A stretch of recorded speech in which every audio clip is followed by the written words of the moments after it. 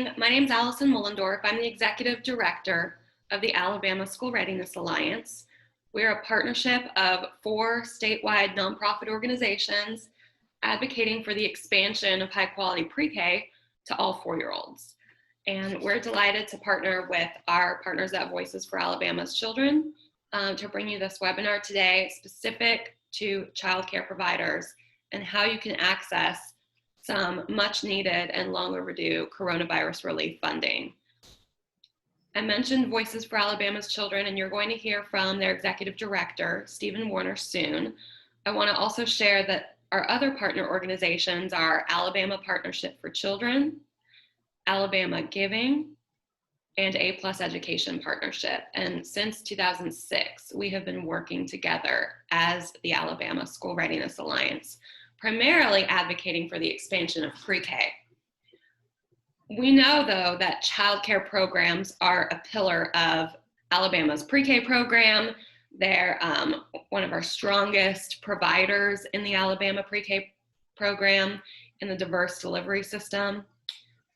They're a pillar of the overall early childhood education system in Alabama, and they're a critical support. You all provide a critical support for working families and for our state's economy every single day. Childcare, you are the unsung hero of our economy, and we know we need you if our state is ever going to get back to where we were before this pandemic. That's why we've been working so hard to urge Governor Ivey and the State Department of Finance to make more coronavirus relief dollars available to childcare providers. I'm extremely excited to announce that last Wednesday, Governor Ivey announced she's rolling out a $200 million grant program, Revive Plus. It's aimed at small businesses, nonprofits, and faith-based organizations that have been affected by the pandemic. We strongly encourage childcare programs to apply. You are eligible for funds up to $20,000. And my colleague, Stephen Warner, Executive Director of Voices for Alabama's Children, is going to go over the program overview and then introduce our guests from the Department of Finance. And before he does that, I just want to thank Susan Wilhelm, Kathleen Baxter, Ashley McTerr, Kelly Butler, the Director of Finance, and Governor Ivey for working so closely with us over the past several months as we tried to advocate for additional coronavirus relief funds that childcare could apply for. We thank you for your partnership. We thank you for your great stewardship of taxpayer dollars. And I'm looking forward to hearing from you on this webinar. Now I'm going to throw it to my colleague, Stephen, with Voices for Alabama's Children. Good morning, Stephen. Good morning, Allison, and thank you so very much. Again, my name is Stephen Warner, and I serve as the Executive Director for Voices for Alabama's Children. And we are delighted to co-host this webinar this morning. We believe that childcare is essential, and now more than ever, we've seen the importance of an effective and solvent and accessible childcare system for the children and families across Alabama. Voices is a statewide advocacy organization that advocates for the health, safety, economic security, and education for our children, and produces the Alabama Kids Count Data Book, the definitive guide for the data around where our children are. And based on that data, we advocate for policies and funding solutions that affect or impact our children and families. So we are delighted to host today, and we are absolutely thrilled to have our guests with us.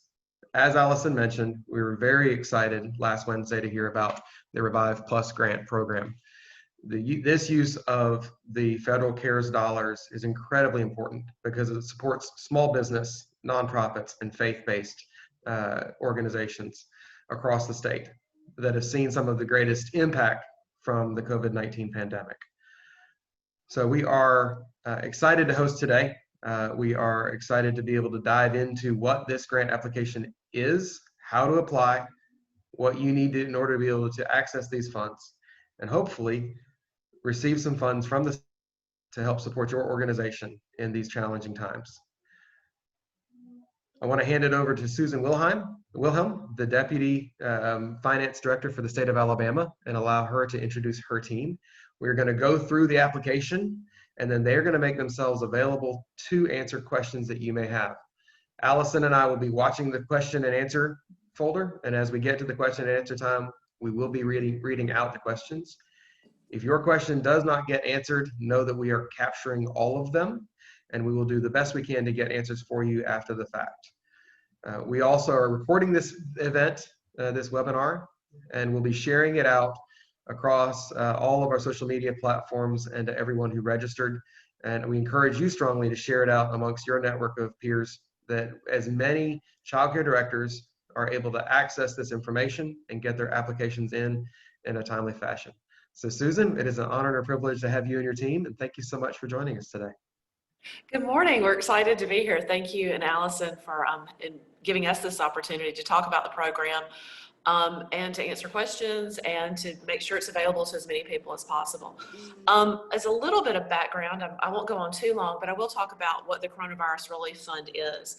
Allison shared a minute ago with everybody the website, the link to the Department of Finance's Coronavirus Relief Fund website.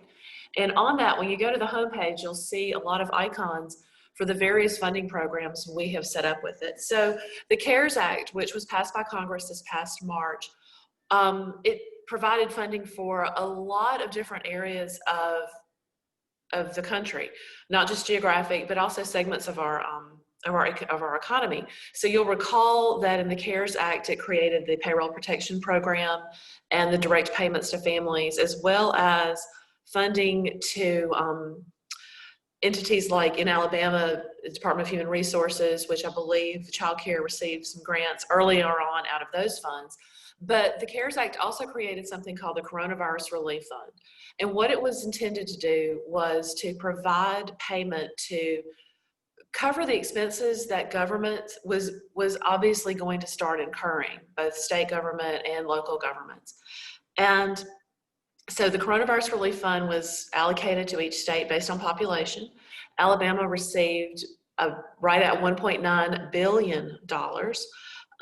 Jefferson County, which is the largest county in the state, they were eligible to apply directly to the Treasury for their funds, which they did. So that left about $1.8 billion for the state of Alabama to address coronavirus needs. And one of the things to keep in mind about the Coronavirus Relief Fund is it's not a stimulus money. It is very specific in the CARES Act that it is to provide payment to cover expenses. So it has what we internally have been calling the 1, 2, 3s, and that's the analysis we go through to determine whether something is an allowable use of coronavirus relief funds. The first is it must be an expense that is responsive to or mitigating the effects of COVID-19. It must have been incurred between March, I believe, 27th, the date of the CARES Act's passage, and December 30th. We'll come back to that in a second. And it cannot have already been previously budgeted. And that really goes to, we can't be using it for revenue replacement. And so those three things, they are in the law passed by Congress, and that's what we look at to determine whether something is an allowable use. Now, that December 30th date I mentioned a minute ago, we believe, I think, well, everybody really does, that Congress and the rest of us thought that by now, today, November 24th, that the virus would be managed. It wouldn't be as much with us every day as it is. And so the December 30th date, we believe was just set as a good, reasonable date to have been done with all this, and we're obviously not. What we're hearing from Washington, D.C. is that Congress will meet to extend the date. However, right now the date of December 30th is the law. So we are proceeding as though it will stay that unless it changes. So, so the funds came to Alabama. The state legislature appropriated the Coronavirus Relief Fund to the Finance Department to administer it under certain guidelines. They set up the initial allocations of funding, but they did include some a way in which you can reallocate the funds within the appropriation, which we've done that once in September.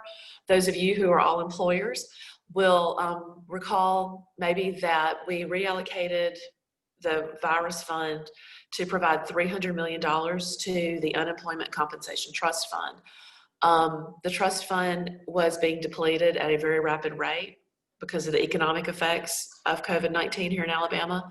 And by putting those dollars into the fund, we were able to shore it up so that your employer tax rate, the shared cost, did not increase. They did increase a little bit, but they were not the significant cost we would have expected.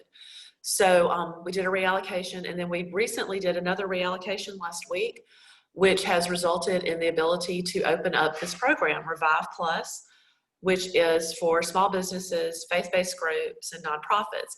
So I want to take a second and tell you a little bit about who's on the call with you. So on the call, I'm Susan Wilhelm. I'm with the Finance Department. Dr. Kathleen Baxter is on the call. Kathleen is the State Comptroller, so she is in charge of paying all of these funds out.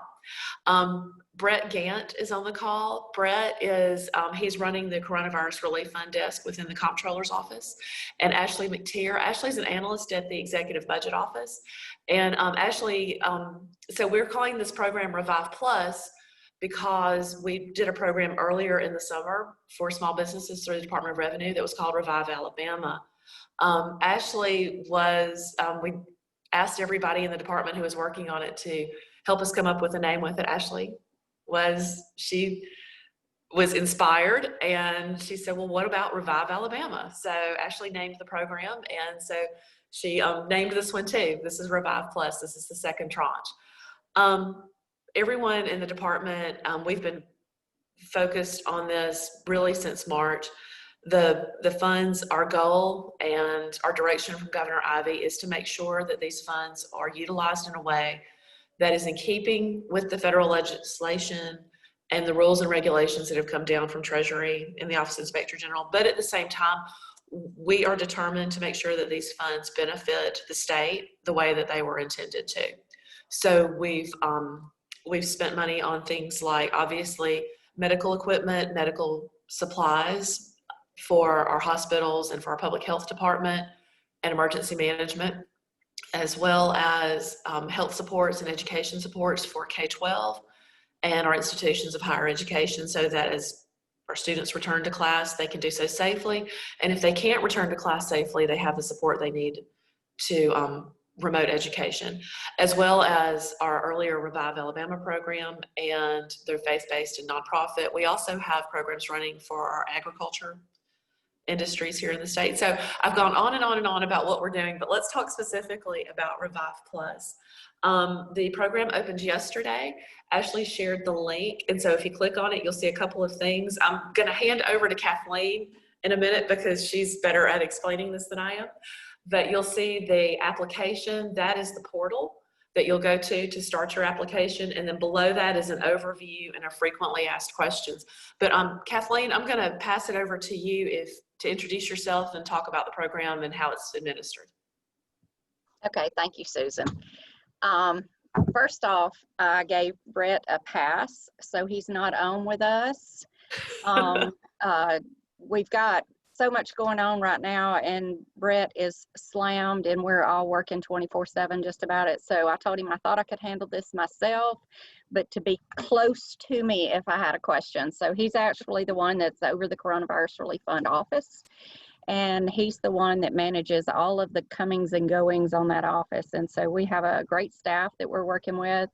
My office, along with the budget office, which is where Ashley's from, we're all working together to get this done. So we've pulled from every place you can imagine to get all these applications in. So one of the things I want to do is just kind of run you through what you would be doing. So I'm going to do some screen sharing. So if Susan, if you can watch me, and if I don't, if you can't see me, let me know. So so I can get this going. Hang tight just a second.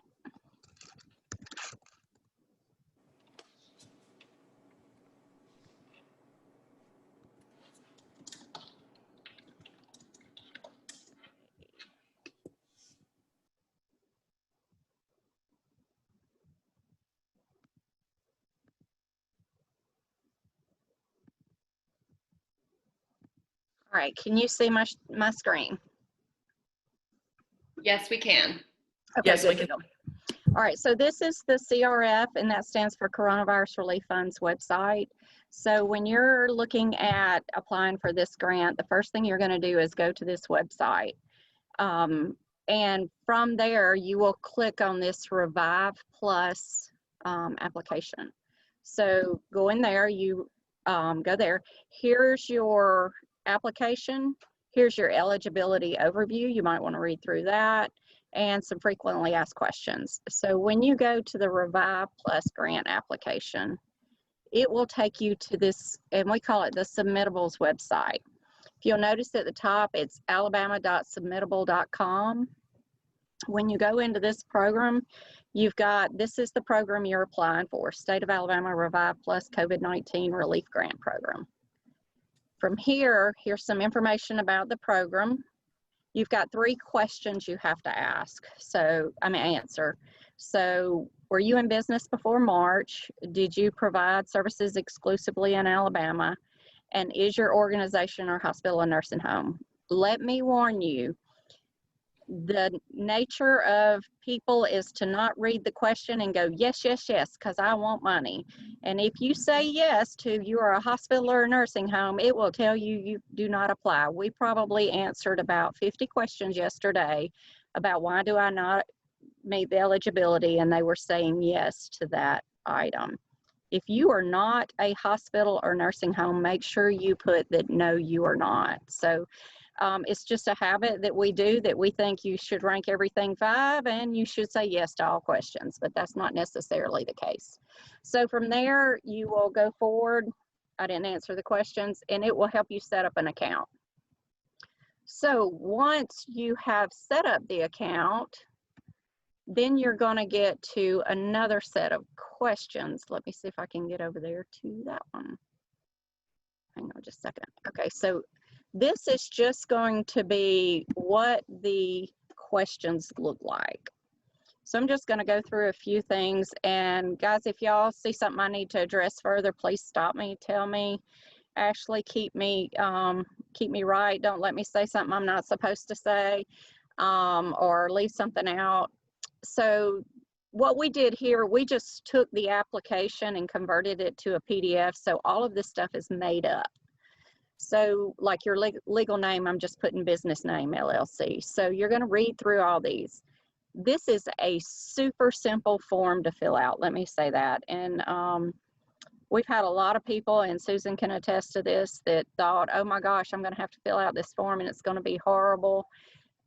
But everybody has gone, oh my gosh, this is so easy. So don't let it intimidate you. A lot of them are just yes, no questions. So you're going to fill out simple things like your name, your type of company, your tax ID number. On the tax ID number, that could be an employer identification number, or it could be your Social Security number if you are a sole proprietor.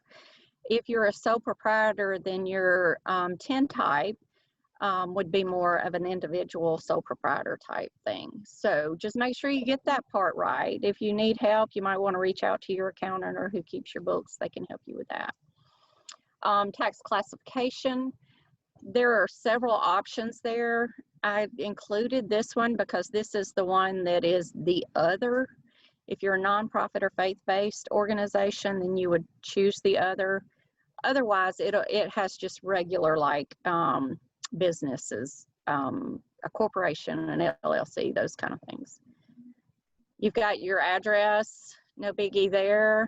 You get to the bank account information.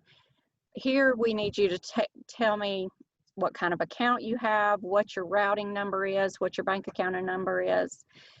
Make sure you fill this out right. This is the way your money is going to be deposited. And if you do not fill this out right, your money cannot get in your bank, and therefore you have nothing to spend. We have had issues with this, so I encourage you, if possible, to use your checking account and use a voided check, because we can look at that voided check and tell if you've got everything right. So we have had some issues with some only having savings accounts, and that you will need to get the information from your bank since you don't have checks on savings accounts. Some contact information here. Make sure you have a good contact information. The last thing we want is there to be a problem and you didn't give me a good email or a good phone number and I can't contact you back to clarify some information. So make sure you have that information. You describe your organization, how you plan to use these funds.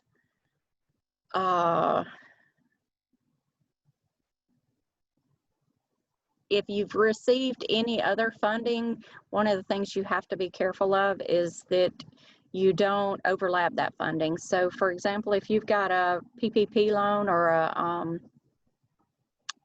payroll protection program loan, then you cannot, if you used it to cover certain expenditures for your salaries, you can't use this money also to cover those.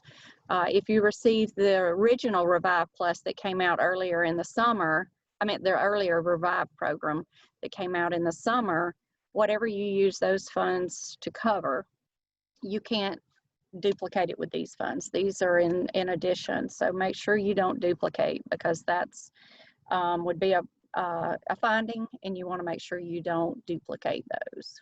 Dr. Baxter, this is a real sticking point we've received several questions about already. The way that it's worded, if people don't read the whole sentence in the guidance, it sounds like you're automatically disqualified if you received a PPP loan. No, you're not disqualified if you received any other federal funding. It's you can't use it for something you've already used it for. So. Thank you. So I just encourage everyone to read that part very carefully. And once again, if you got a PPP, you can still apply for this funding. Yes. You just cannot double dip. Right. Yes. Right. So, and you may have received PPP, you may have received the original Revive program. As long as you have enough funds that you're not covering them twice, you're not duplicating that, then you're fine. But be very careful of that. So we don't want to take any chances on the money not being able to stay with you. So. All right, going down, here's where have you received a small business loan? It's yes, no. And let me say, all these questions, we're asking you these questions. The first three are the ones that made it where you were eligible. Once you got in, then these are just questions we have to ask to know how you're going to use the money, what you plan to do with the money.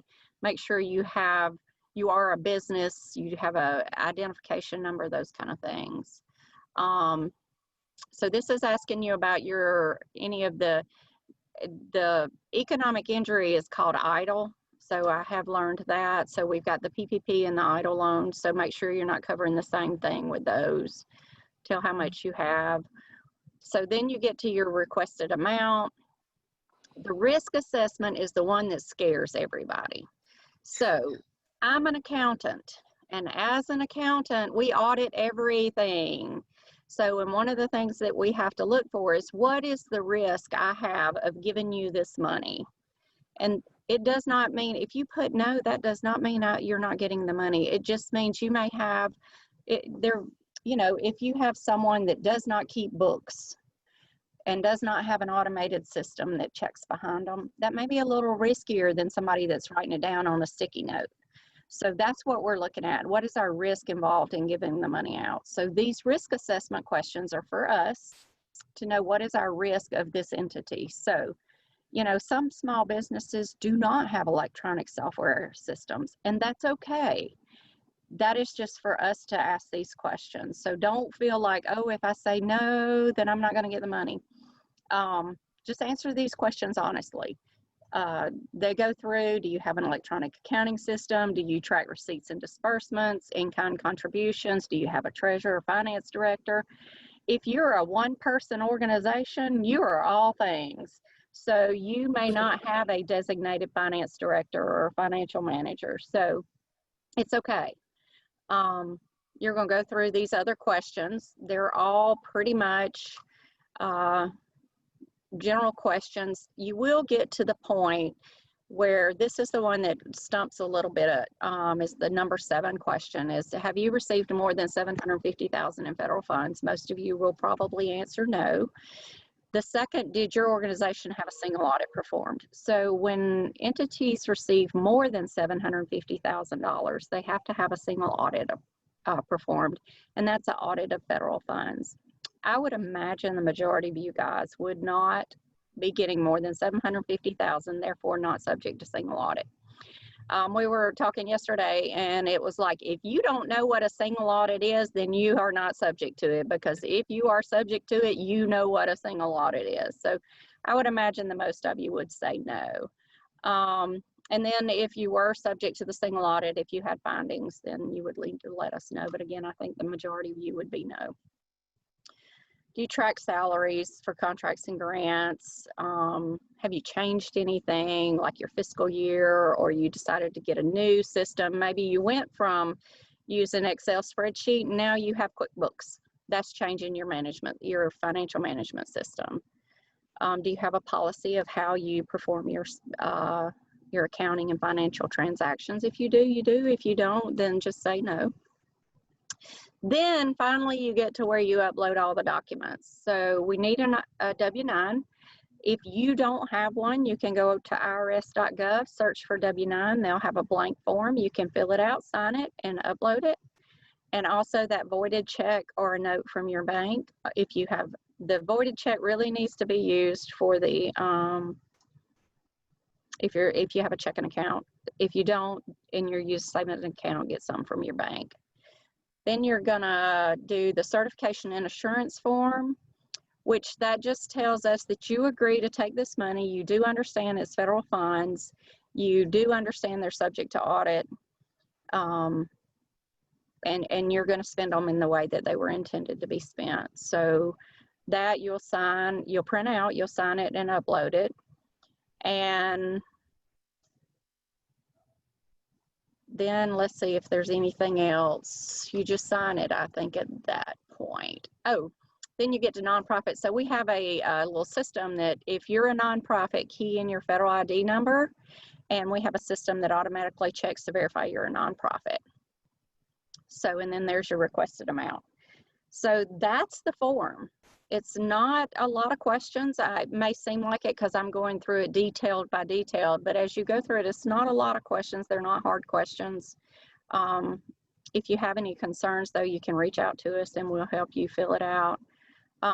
Ashley, do you have anything to add on that? Yeah, just a few things. So on the W-9 and the voided check, just make sure that the information that's on those two documents matches exactly to what you enter on the application. So the W-9, the first box for the W-9 is the legal business name. Make sure that that matches exactly to how you enter it on the application. Make sure you have a physical address and not a PO box, and that you double check your taxpayer identification number, whether it be a social security number or EIN. And then also whatever tax classification type that you select on the application, like if you're a corporation or an LLC, that matches exactly to the W-9 as well. Yeah, Kathleen's son, go back up. Yep, I'm going back up right here. Mm-hmm. So it's so the tax classification, tax classification type. Right now it says other nonprofit or faith-based. If you are one, there's a box to select other, and you will just write in what type of organization you are. But if you are anything else, just make sure those two things match. So double check that, because we do look at that in very detail to make sure that everything is accurate. And also on the voided check or the bank memo, just like Kathleen said, please double check to make sure those numbers match exactly, and make sure the name on your bank account is your legal name. So whatever entity legal name you put, that name needs to also be on the voided check or the bank memo. Other than that, just read each question very carefully and make sure you answer it completely, because we want to avoid having to return it for clarification if we could. So if everything is right, then we can go through it faster, since we have a lot of applications, so. And the more you do it right, the quicker we can audit it, the quicker we can get your money. And our goal is to get this money out as fast as we can. So thank you, Ashley. Anything else you can think of that I might have missed? No, I think that's it. It's just reading each question carefully, is the biggest thing, but Yep. I think that's it. Good deal. Thank you. So I think that's it for us, I believe. We do have a telephone number that you can reach out to. It's on the site. It's area code 334-242-7063. And again, that's area code 334-242-7063. And let me just say up front that yesterday we had so many calls it jammed our system in both the application system and our phone system. So if that happens, just be patient with us. It will come back. We have seen evidence that it will come back. So we have about probably 10 people answering the phone right now. But when we get more than 10 calls, it doesn't know where else to go. So it just drops you. But it just keep calling. There's also, I think, an email address, but Ashley, I can't remember what email address. Is that submittables at finance.alabama.gov? It is. Yeah. Okay. It's submittables at finance.alabama.gov. It's on the website somewhere. I can't remember exactly where, but it's on there somewhere. So if you miss any of this, it's on the portal, so it tells you what you can do. It has a link to it. You can get that there. We really want to get these funds out to those that need it. So if you have questions, you have concerns, we were here late last night returning calls. We returned every call that came in yesterday. So we will get to you. It did take about 5 or 6 hours after you called sometimes to get back to you, but we did get back to everyone last night before we left. So we will get back to you. Just be patient with us. Thank you so much, Dr. Baxter. And we appreciate this. We've got a number of questions come across the question and answer. The first one, and you've said it, but we want to reiterate it. If you have received a PPP loan, you are eligible to apply as long as it is not duplicating or covering the same expenses, correct? That is correct. Okay. Another one is several folks have already submitted, and now that they've got better guidance, can they go back and amend their application? You can't amend it once you've submitted it. If there are problems, then most likely we'll catch those and we'll reach back out to you. So if it's something that you're really concerned with, then email the address and let them know that you have concerns about it. Again, we had several hundred emails yesterday, so we are weeding through those. But if you got it submitted, then you've got it in. We'll ask you if there are things that are missing. So just know that got you in the door. So Can I add one thing on that? Sure. Just make sure that you look at your email, the spam folder and everything, because we are going to communicate through email if there's any issues. So you want to make sure you check if it was junk or spam or anything, to make sure that you reply back to us right away. Thank you, Ashley. Another question we've got is, what are some of the allowable expenses that can be covered with this $20,000? I received a PPP loan and paid for salary and rent with that money ran out. Are those allowable expenses? And the other question was, can I use these to purchase cleaning supplies and personal protective equipment to care for my staff? So what are the allowable expenses that can make up that $20,000? So it's called business interruption expenses. So if you think about your operating expenses, those are what we're looking at covering. The best way I can explain it is if your business was shut down or you had reduced capacity and you still had to pay your operating expenses, your rent, your utilities. You had to, you've got, as a daycare, maybe you have a daycare worker and normally you have 20 kids in her class, and because of the way things are right now, you only have 5. So you're not having as much income come in to support her salary. Then that's a business interruption cost. So look at it that way, that it's something that you still have to continue paying, even though you've had a decrease in your capacity. So those are items. It's hard to say, it's just going to be if you look at the operating cost of your business. Thank you. I think that answers the question. So it's the incurred expenses of continuing to operate. So the Yes. mortgage, the rent, the utilities, salaries. We had a couple of questions around family childcare, which are largely sole proprietorships. Are they eligible? Say it again. The family childcare that is operating out of a home, often they're set up as a sole proprietorship. Sole proprietors are fine. Okay.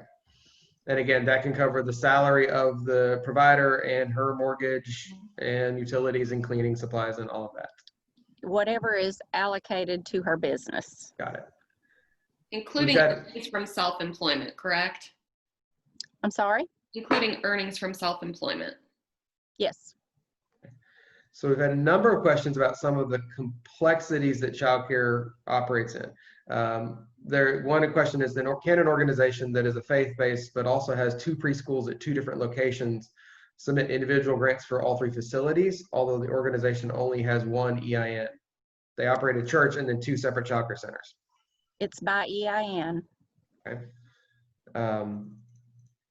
As a nonprofit agency that operates 4 childcare centers, we have a total of 70 employees, but they're separated across 4 different facilities, 4 different functional businesses. It's the EIN of the organization that determines Yes. eligibility. Yes. Okay. Great questions, everyone. As Stephen's going through those, I want to really encourage you to apply for the full amount if you've had expenses and you did not have tuition coming in like usual because of the coronavirus, or if you did not have subsidy payments coming in as usual because of the coronavirus. You just add up all those expenses. You've been going into debt. You add up all those things that you've been putting on your credit cards. You add up all those things that you've been dipping into your savings to pay for, and you add that up to the full $20,000 amount if you've had expenses up to that amount. This is not just to cover your cleaning supplies and PPE. This is to cover the costs of operating your business. So another question, and this is one we talk about, the eligibility is a small business with fewer than 50 employees or a faith-based or a nonprofit. The question is, you're a nonprofit but have more than 50 employees. Do we meet the requirements for this application? Yes. So as a 501c3 nonprofit, even though you have more than 50 employees, you can apply. Yes.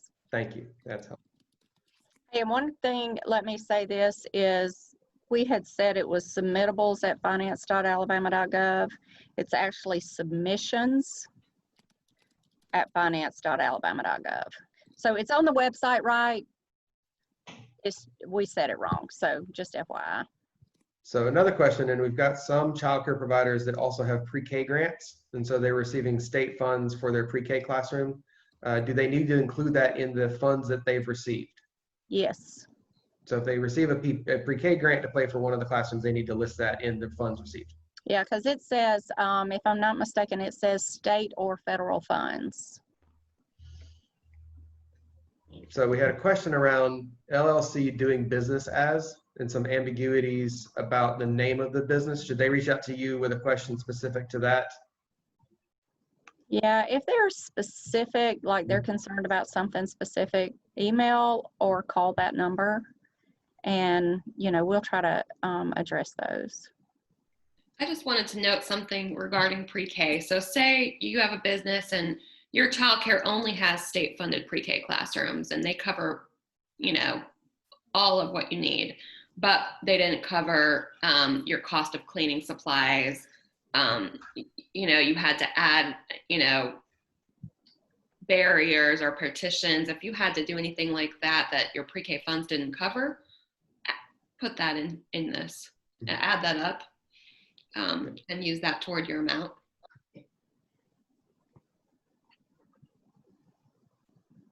So we have what expenses are not allowed? For instance, we had a fire during this time that destroyed equipment in parts of the building. Are both of those allowed expenses that they're having to replace equipment? And it was So- because of a fire?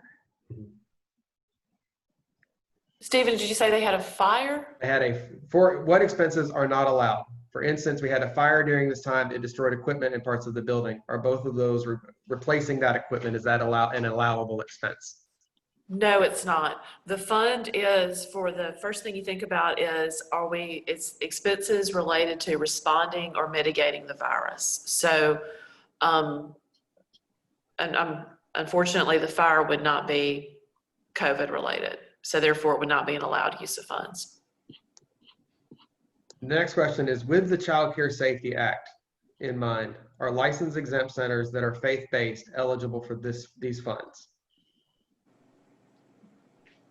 So I'm not Yes, sure. otherwise eligible. Yeah.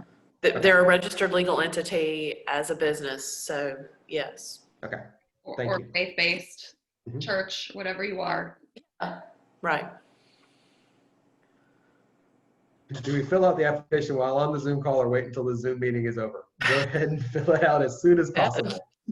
I would encourage you Yeah. to fill it out as soon as possible. Yes. That's another point that I'm not sure we covered yet. Just trying to help childcare be at the front of the line to receive these funds. You are competing against all businesses in the state with less than 50 employees, guys. You're competing with restaurants right now for this funding. You're competing with all kinds of churches and faith-based organizations. Please get your applications in before Thanksgiving. The deadline is December 4th to submit, but we just want you to be at the front of the line because the funding might run out, and it is first come, first served.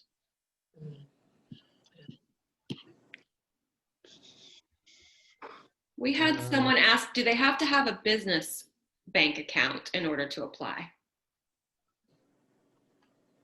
No, but whatever legal name they put on the application, it just needs to match on the bank voided check or the bank memo. So if they're a sole proprietor, it will be their name most likely.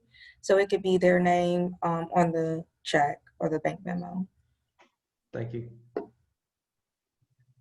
We had a So question if you need to let your space out, if you need to expand in order to make more room to respond to social distancing requirements. Can you do that? And I think the answer is, if you already did that, you can get reimbursed for that with these funds. Is that correct? No, probably not, Allison. The CARES Act, kind of like a second order down of guidance, is that it cannot be used for permanent construction. The coronavirus relief funds cannot. Okay. So if someone has expenses, so for instance, if you put up like a tent or some sort of temporary outdoor shelter to do, to have children outdoors in the fresh air, that, the rental or maybe even the purchase of that would be an allowable expense. But permanent construction, i.e. expanding your building's footprint, would not be allowable. Very helpful. Thank you. So there was a question on the certification and affidavit that asked, can you provide some explanation about the phrasing, funds may not be utilized to fill any revenue shortfalls? Sure. That goes back to my monologue earlier around the 1, 2, 3s. The CARES Act is that it is in the law passed by Congress that coronavirus relief funds cannot be used for any expenses that were budgeted in the prior year. And that is the Congress's way of saying you cannot use these funds for revenue replacement. Not to get too deep into it, but one could make an argument that paying for things like payroll and utilities and rent, that those were obviously budgeted in the prior year because you had a business and you were going to be continuing it this year. But the U.S. Treasury, the Secretary's office, and their guidance has said that business interruption costs are an allowable use. So that's the line that we're walking for saying it's not revenue replacement, it's business interruption costs, because Treasury has told us that's okay. Can you define business interruption costs one more time, please? I'm going to defer to Kathleen. She has a much better answer than I do on that. Thanks.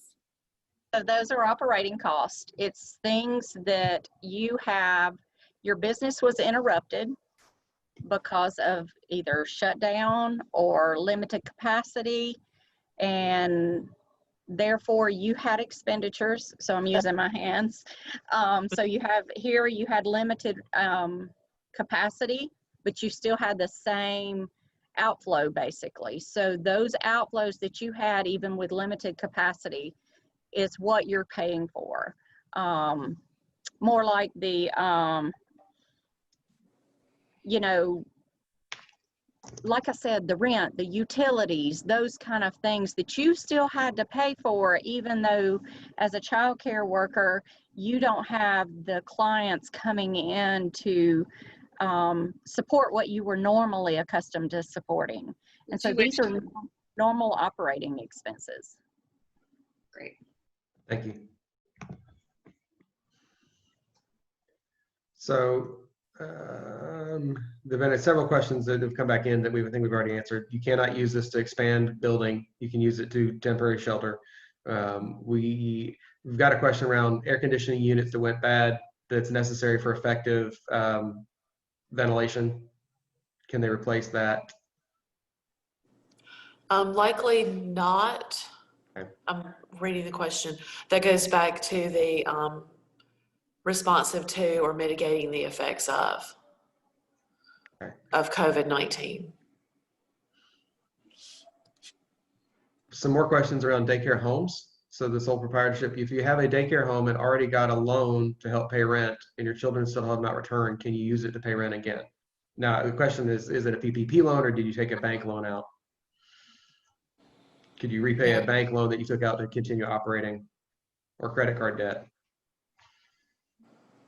That's exactly what this is for, right? Yes. Yeah. Yeah. If you had to borrow, so the where you can't duplicate is federal and state funds. You can't take federal funds or state funds and then put more on top of it so that you make a profit. Right. Yeah, so which goes back to the question, we had to shut down classrooms and quarantine teachers and children. Can we use the money to replace that lost revenue that because we were closed because of COVID? You can't use it for the lost income. You can use it for expenses that you have. So I'm going to try to put it this way because it seems like this is a common question.